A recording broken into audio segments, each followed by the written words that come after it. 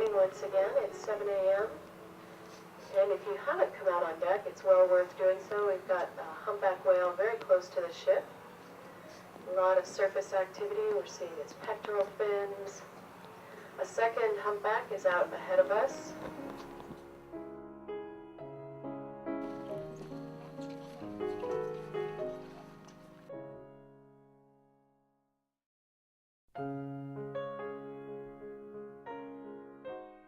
Remember, we're here as a group, we're here as a community, so that means we can help each other out. If you see somebody who's struggling a little bit, you can offer a hand or something like that. It's always a good thing.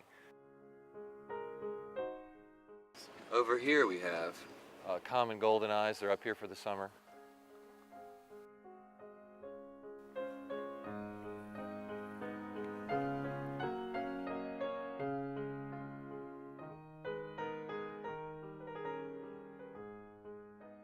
One of the things we're going to be talking about while we're on our trip is the different kinds of trees that are here. There's the Sitka spruce and the western hemlock. These are the main two dominant trees of the forest. The western hemlock has these very small leaves that don't hurt you when you grab onto it. Their cones are different. You can see the different ones. I picked these up just on the trail just a few moments ago.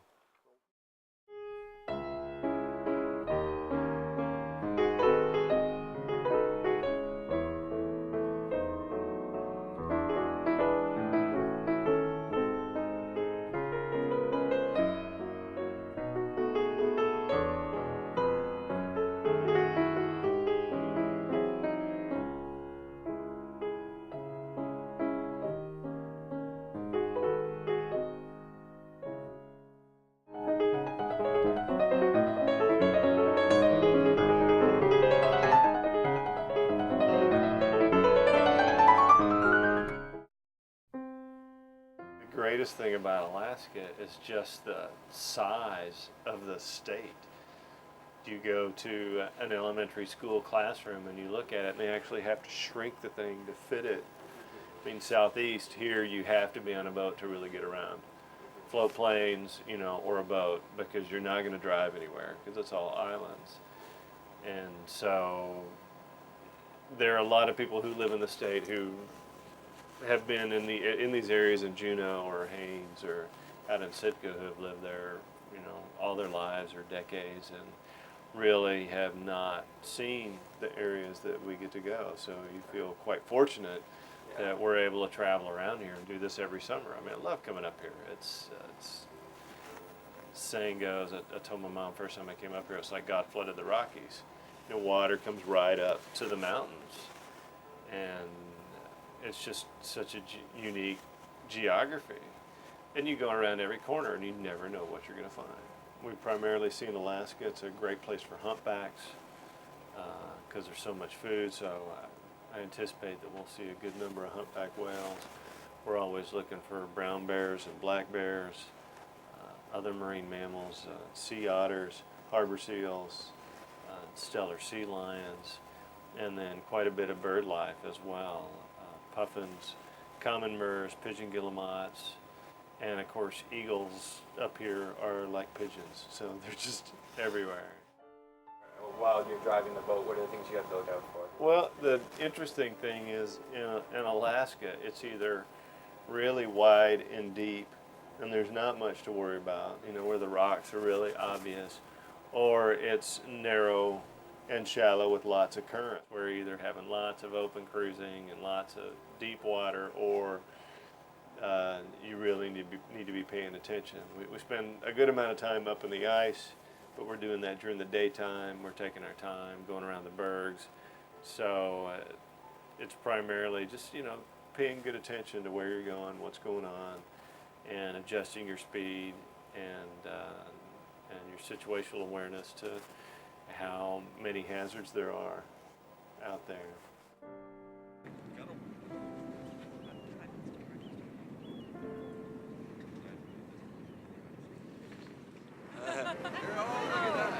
You can't ask for a better look at a harbor coast.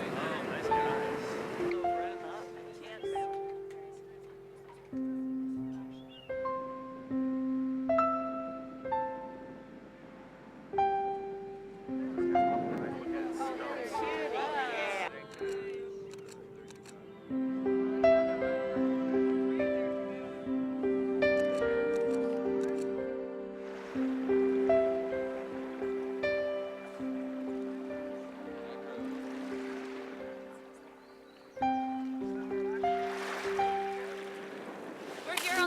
shores of George's Island. It's a beautiful granite-lined shore, a very unusual shore for Southeast Alaska.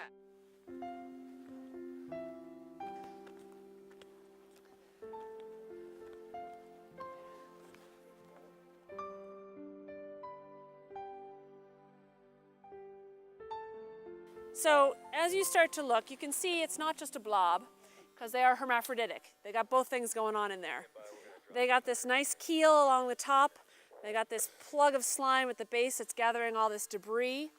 And as he gets a little bit less nervous, we might get to see, as I stop moving him around, the tentacles start coming out. And slugs, you know, they're amazing producers of slime. They have about 7 different types of slime. Slime for dangling down from trees, slime for reproduction, slime for everything. Oh, look, his little breathing hole is open. Slug reproduction is really fascinating. I'll try and give you the G-rated version. But since they are both male and female, they don't fertilize themselves, they fertilize other individuals.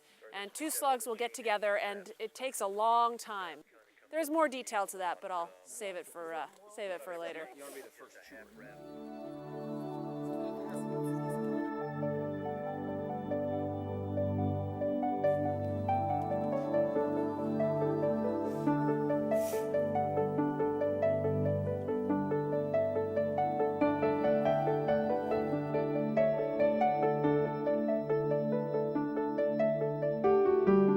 On the rocks of George Island, we found a pair of oyster catchers. You can hear their high, chittery call. It's really unmistakable.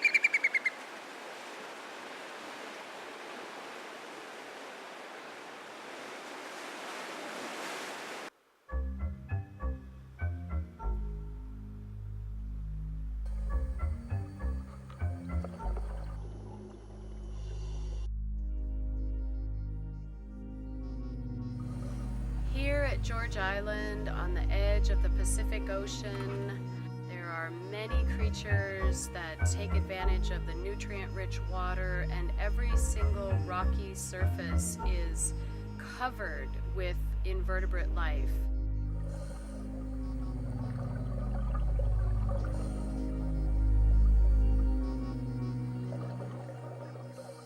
Everything is taking advantage of these strong currents that bring nutrient-rich water and just bathe the reefs. Things like this small jellyfish extending its feeding tentacles, reaching out into the water column.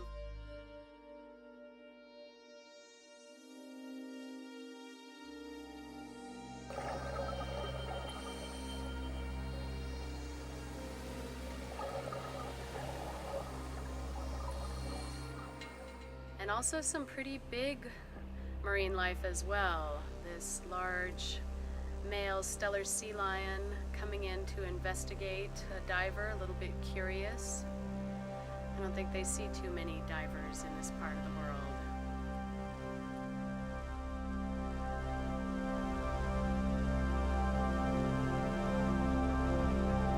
This year, Southeast Alaska's had a really late spring, a lot of snowfall through the winter. So we're getting flowers that we usually get in late May here and coming up on mid-June, like these beautiful, beautiful shooting stars. These magenta flowers are unmistakable, is that they're pollinated not by bees sticking their faces or legs into the flowers, but by the sonic waves created by the buzzing of the bees' wings.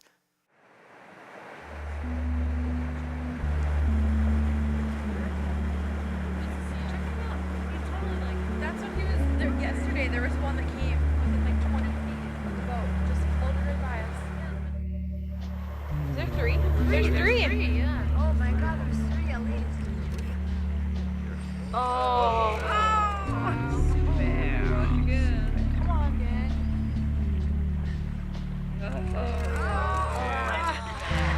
Oh my. Dark blues. Pretty common.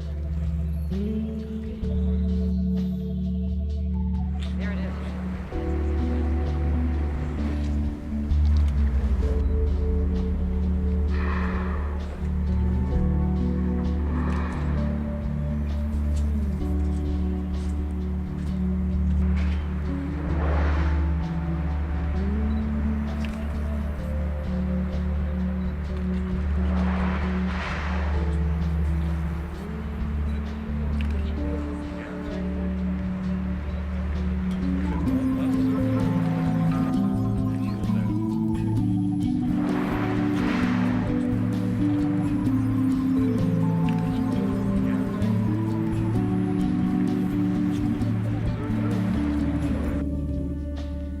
Welcome to Glacier Bay National Park. You picked me up here at the ranger station at 6 a.m. and what we're going to do is we're going to sail to the north, to the northwest, and hopefully see some wildlife.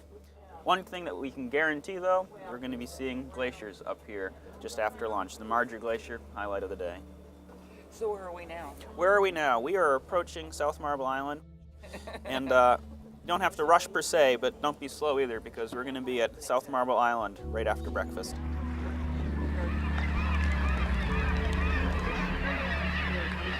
We have muffins directly ahead of the ship. If you're still down in the dining room, abandon those muffins. Come look at these puffins. You'll never be sorry. See you soon.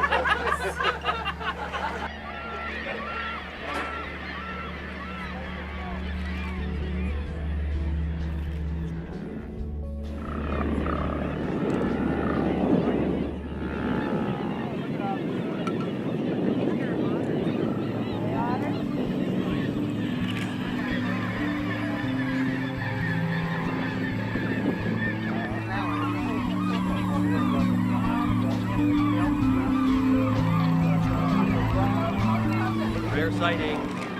First we've seen this year. It's a new species of puffin. They're called horned puffins. How new is this?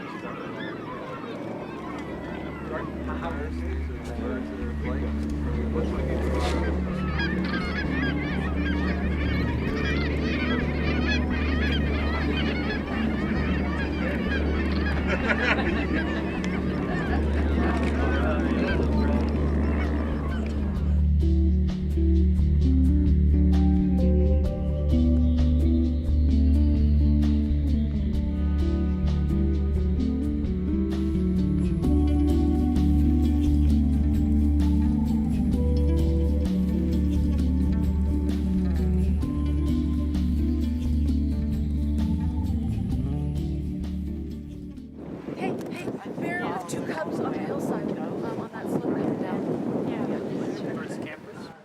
Female brown bear with two cubs wandering the ridgeline up there. So put your binos in the crowfoot position and follow that ridgeline for water line.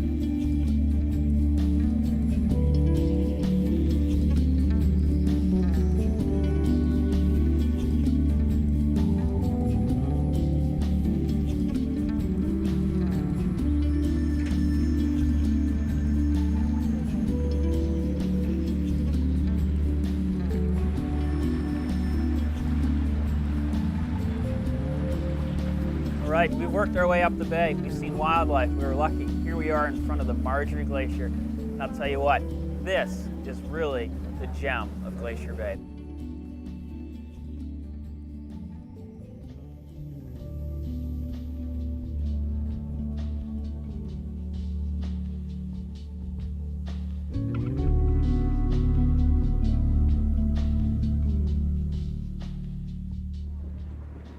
Wow, there it goes. Oh! Sound?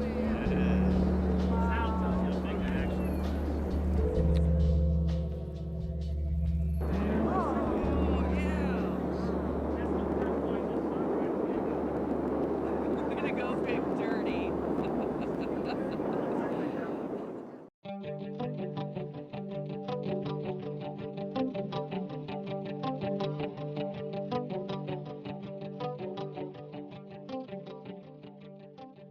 There are a lot of invertebrates along here, a lot of bivalves.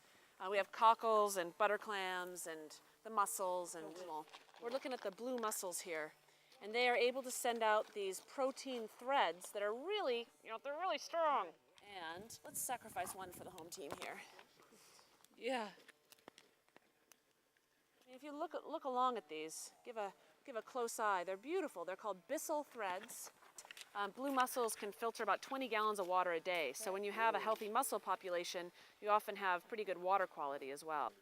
NASA was actually looking at these byssal threads to see if they could re-engineer their technology and use some kind of similar protein structure.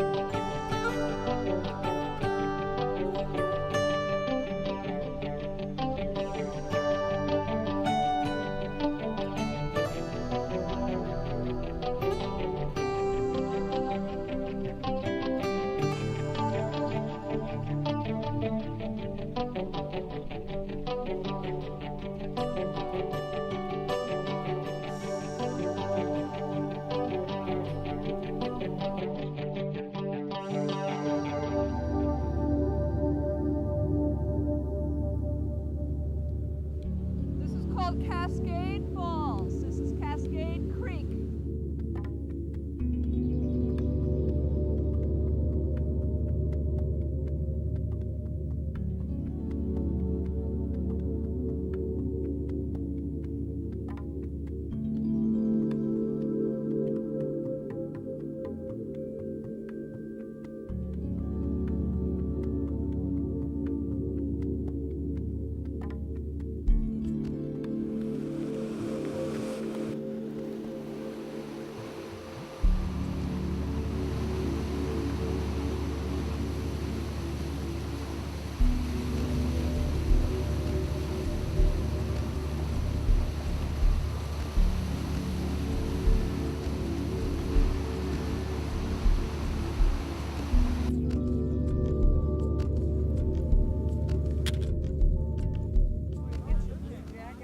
I was just looking around and I saw a leaf moving and it was under there. That was it.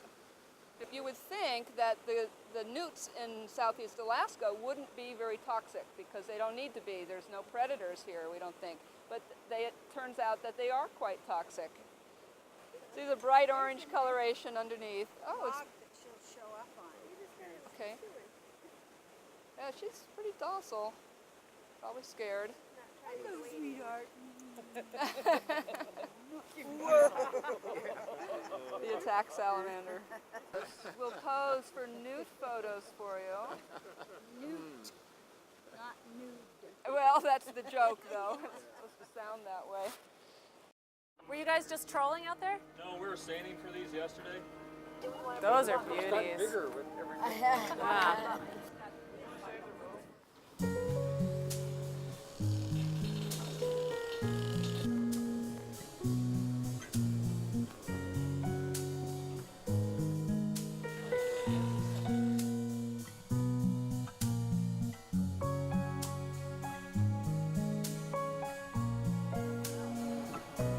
Another purse seiner, empty. And what is that? It's an airplane. Yeah. Yeah.